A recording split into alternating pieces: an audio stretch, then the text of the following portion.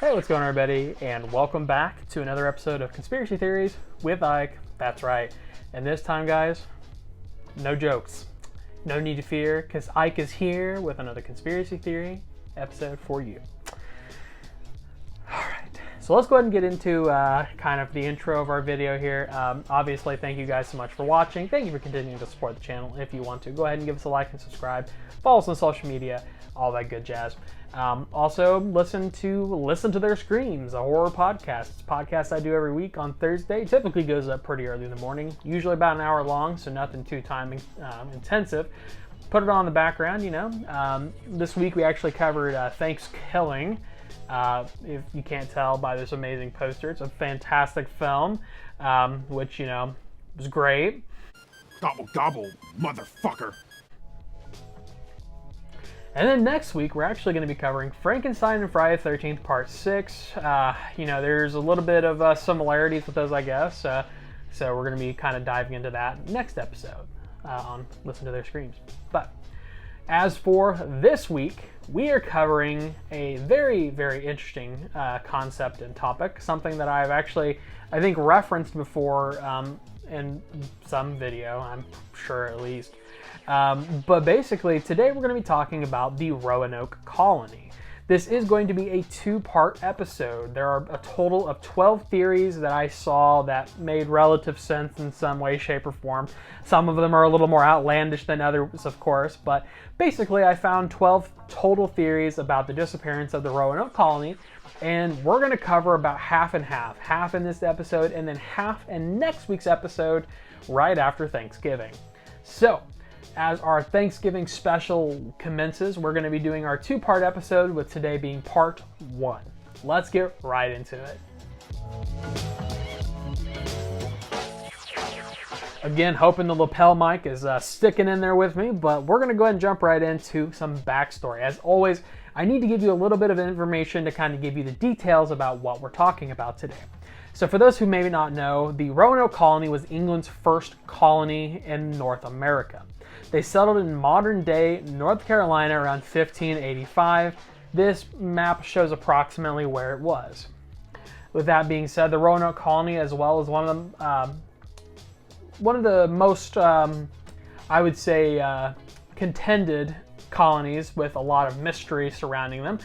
But before we get into that, the Roanoke Colony wasn't exactly one to play nice with natives, and caused a lot of issues for themselves. And as we'll talk about next week, maybe even is an explanation for their disappearance. But they did end up moving around, and from 1585, that's when they settled initially. They actually had to resettle due to their not playing nice with others, and around 1587. With that in mind, the Roanoke Colony ended up needing supplies because they were very poorly prepared for this, as most colonialism is, and they actually had to return to England to continue get some more supplies and support. When the supply run returned to Roanoke in 1590, knock knock, nobody was home. Surprise, motherfucker. The only clue that was left was a word carved into a tree trunk. You all know it, you all love it. The word was Croatoan. So the whole concept of Roanoke and the whole concept of Croatoan even have definitely proliferated into modern pop culture. I wanted to bring this up just because there's a lot of relative mystery regarding the Roanoke Colony, and I think that with the modern age of technology and everything else, internet as always, it definitely kind of pushed this idea into the modern media. There's a ton of influence of the phrase Croatoan alone.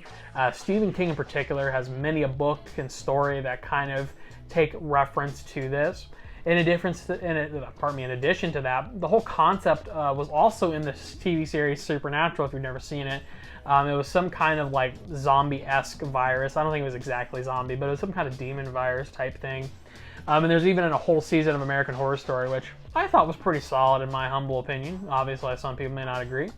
But the whole concept has existed in media for a good amount of time, and the reason that this is important potentially is that the longer a concept exists in popular culture, the longer it is speculated on, and of course the longer something is speculated on without hard evidence as well, the more crazy shit that comes out about it.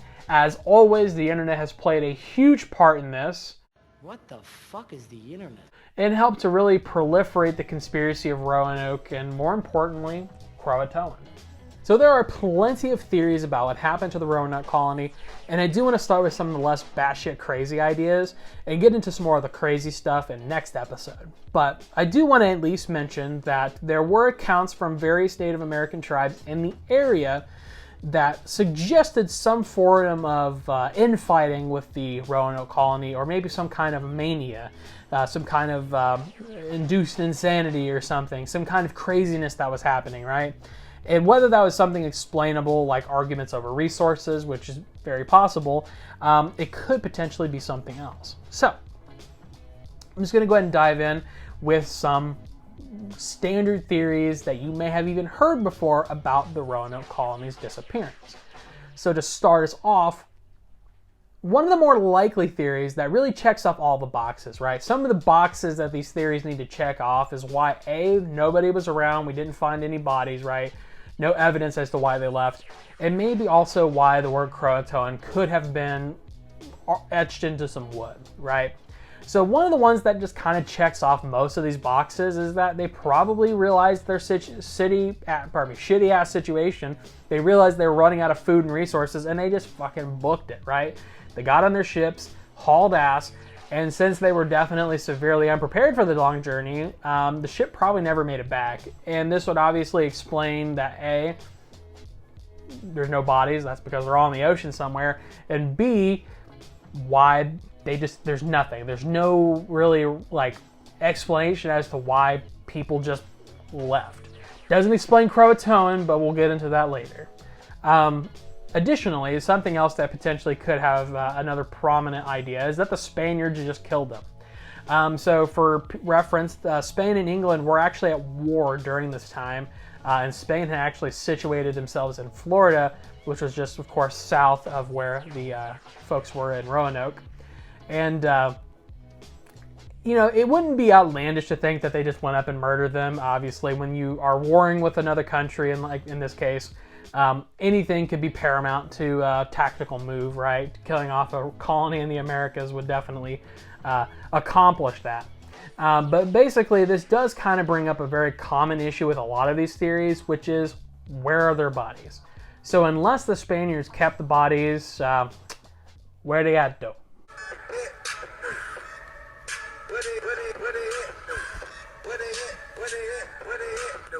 That might be a little bit of an outdated reference, so I'm just going to move right on.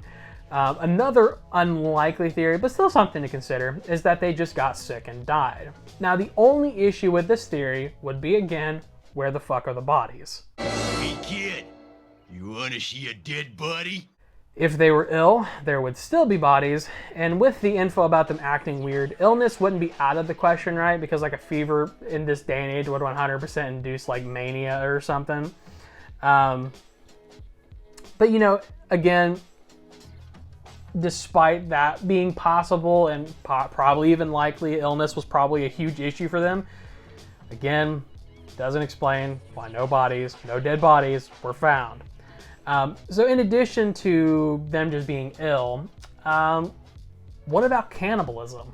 Yeah, that's something to think about, right? What if they just decided to resort to cannibalism and ate themselves this? And it isn't a crazy idea because, when we consider how dire straits that they were in, right? How little resources they have, and how when they went to England, and this, I didn't mention this earlier, but when they originally returned to England, the crew that was getting resources originally returned to England, they didn't send them back right away. There's a significant gap from when they left and when they actually got back. So with that gap of time, it's very probable that a lot of them probably either got sick and died or starved and died. But if you think about it, cannibalism is usually a last resort in these situations, so wouldn't put it past it, but it is what it is. That being said, the infighting that would kind of resort from cannibalism, right, would definitely match some of the natives' reports and accounts of the time. Also, when you eat human flesh, you do get sick. Even worse, you could get kuru, which is a neurodegenerative disorder. If you're a nerd, here's a longer definition of it. But again, one would assume that even if they had eaten each other, there'd still probably be some bones left. I mean, unless they're eating the bones too, don't know. But so that kind of accomplishes, like, it kind of checks off all the boxes so far, right? It was either the Spaniards, they got on a ship, or they ate each other. Additionally, there's also a thought that another native tribe just killed them off. Now, this isn't super unrealistic either, because there was obviously fighting with the natives. Obviously, we know that the colonials were not very good at getting along with people. So, given their track record, I wouldn't put this, out of mind. But to support this, and this is obviously just a supposed account, there was a supposed report from Chief, I apologize if I butcher this, Powhatan. But Chief Powhatan is the father of Pocahontas, so just reference here. Also, I've learned that that's actually not her name. That's like a nickname, I guess. But Chief Powhatan, father of Pocahontas, confessed to John Smith, which is, you guys probably know John Smith from, the Disney Pocahontas movie, who's an English soldier and explorer, basically that he wiped out the Roanoke Colony. He just one day was like, yeah, by the way, that was me, sorry. Probably not, didn't say sorry, I wouldn't apologize either. But that's obviously, again, not out of the question. I think that it's pretty relative and pretty objective that we weren't exactly nice to the natives, and I wouldn't blame them for definitely wiping us out. And it could explain it. Again, where are their bodies? And so that's my only thing with that one, is like, I don't not believe it, but where are their bodies? So, last but certainly not least, the last somewhat normal theory that kind of might explain some of this, right, is that it was a setup. You heard that right. Basically, someone set the colony up to fail. Now, the thought process is that someone sent them there with the intention of it failing to either discredit someone in power or make the venture over the pond seem foolish, right? Try and cut it off in its tracks.